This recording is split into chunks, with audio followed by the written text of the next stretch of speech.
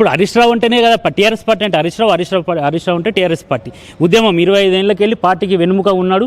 ఏదైతే పార్టీకి వెన్నుముక ఉన్నాడో ఆ వెన్నుముకకి మనం నష్టం చేస్తే పార్టీకి మొత్తం నష్టమైతే ఆలోచిస్తారు.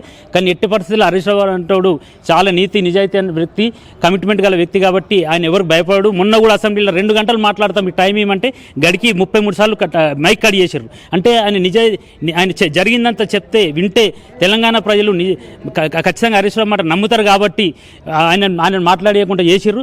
గందుకే ఆయన టార్గెట్ చేస్తున్నారు. ఆయన ఒకటే చెప్పిండు, మొన్న బయట చెప్తాను, మొన్న అసెంబ్లీలో చెప్పిండు 650ల ప్రతి అక్షరానికి ఆయన సమాధానం చెప్తా అన్నాడు.